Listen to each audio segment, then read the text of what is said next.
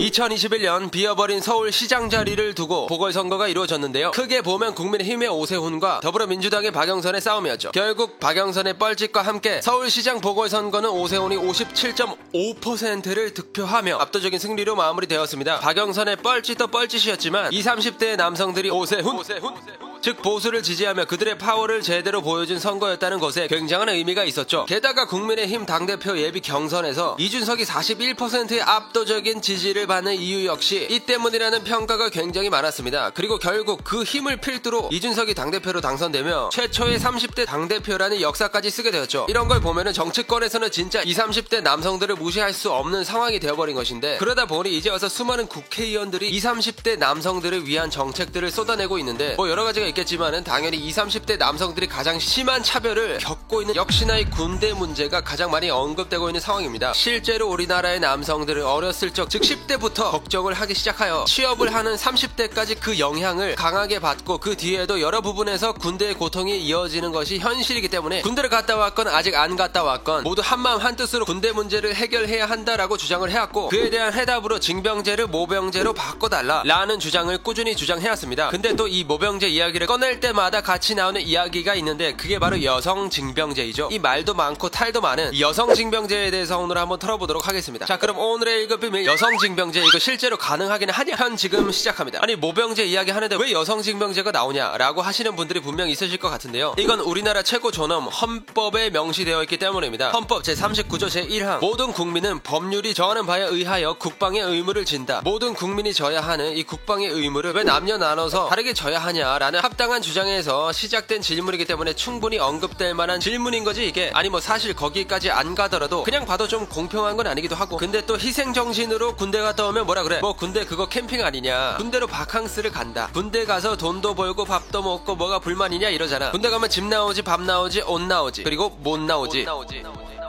야, 솔직히 누가 그러냐? 그거 극소수 애들이 그러는 거 아니야. 우리는 다 군인들 리스펙트, 존경해. 그래요, 뭐 소수가 이런 주장을 할 수 있죠. 근데 존경은 아니지. 존경을 해줬으면 국가가 군인 처우를 이따구로 할까? 있던 거 뺏어갈 줄이나 알지. 군인에게 뭐라도 좀 챙겨주려고 했냐고. 군대 갔다 온 남자들, 그것도 공무원 준비하는 사람들에게나 해당되던 군 가산점 제도까지도 폐지했잖아. 아니, 대다수의 남자들한테는 적용도 안 되던 그 혜택까지 없애버렸잖아. 그랬으면서 뭐 존경이니 존중이니 이런 말 하지 말자고. 실제로 이런 빡치는 상황이다 보니 많은 남자들이 아니 이건 너무 화가 난다, 좀 우리의 이야기를 들어달라, 이런 요청을 계속 해왔는데, 그때마다 정부가 내놓는 정책들은 성매매 지원금을 확대. 너네 힘도 없잖아, 그냥 차라리 성매매 여성들이나 도와줄 거야.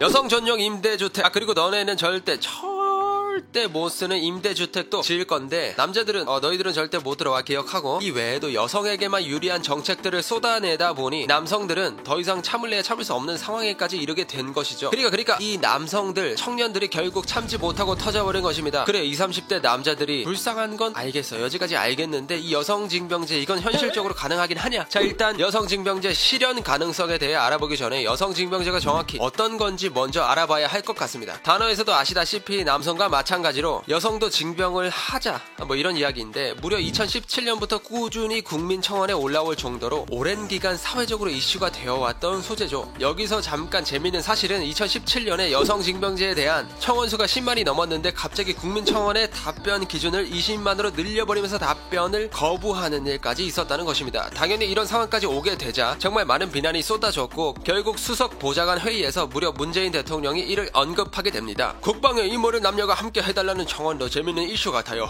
네, 이러고 끝나는 정도의 언급 말이죠. 진짜 20, 30대 남성들이 질문 자체를 그냥 재밌는 이야기 정도로 치부해버린 것이었고, 이는 20, 30대 남성들을 정부가 어떻게 대하고 있는지를 확실하게 보여주는 사건이었습니다. 갸빡치는 거죠. 자, 근데 그 문제 청원글 댓글을 보면 이런 댓글들이 달립니다. 남자만 억울하게 징집되니까 배 아파가지고 어떻게든 그 여자들 군대 보내려고 그러는 거 아니야, 속 좁게. 자, 여러분, 솔직히 남자들이 여자 징병제에 대해서 이렇게 빡세게 이야기했던 적이 또 있었나요? 솔직히 몇 년 전까지만 하더라도 군대 무시만 좀 있었지, 그렇게 사회에서 사회적인 단위로 불만을 토로한 적은 정말 별로 없었습니다. 그렇게 희생적으로 군대를 다녀왔었다고요. 그런데 이런 남성들에게 나라에서 아주 충격적인 이야기를 합니다.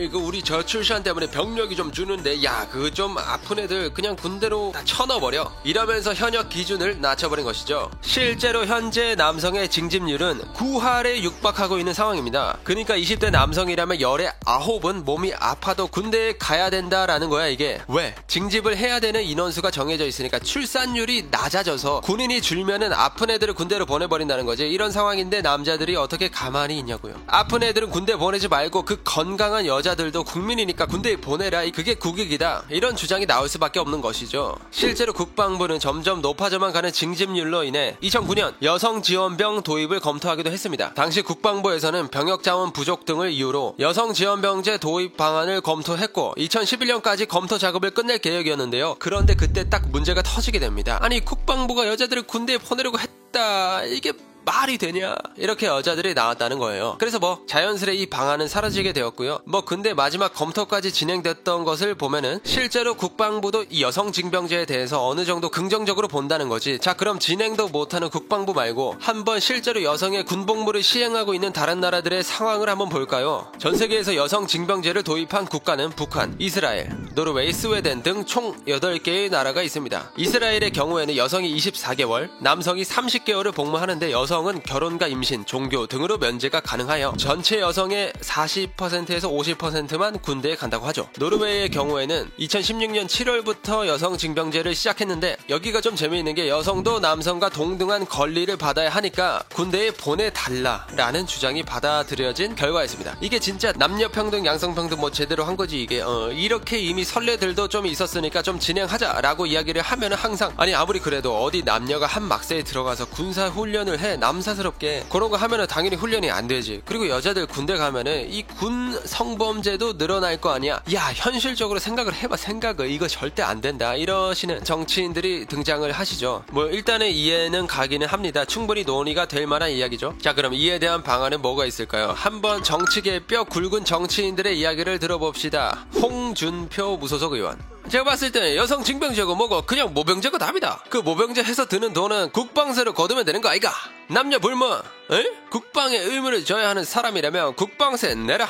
이게 답이다. 국민의힘 이준석 당대표. 여성 희망 복무제로 하자. 여성에게 병사 모병을 허용하고 남성들은 지금같이 징병으로 가면 된다. 아니 병사들 월급이 최저임금으로 같으면 되는 거 아니야? 실제로 정말 가능할 것 같다고 생각이 들 정도로 구체적이고 옳다고 보이는 이야기들이죠. 위 두 발언 모두 최근 들어 나온 발언이라는 것과 이에 반박하는 논리들이 나오지 않는다는 것을 보면은 충분히 이 여성 징병제 아니면 적어도 여성 모병제까지는 이론적으로든 정치적으로든 가능하지 않을까라는 결론이 나올 것 같습니다. 근데 만약에 여성 징병제가 안 되더라도 이제는 20, 30대 남자들의 눈치를 볼 수밖에 없는 정부가 되었기 때문에 군인들의 처우는 확실히 변화가 있을 것으로 보일 것 같기는 하고요. 자, 다음 정부에서 이 변화를 어떻게 적용해줄지 기대가 되는 것 같습니다. 그럼 앞으로 20, 30대 남자들 그리고 군인들의 대우가 더 나아지기를 바라며 오늘의 1급 비밀 마치도록 하겠습니다. 다음에 또 다른 진실만을 담은 서류 1급 비밀 파일 두고 찾아오도록 하겠습니다. 감사합니다.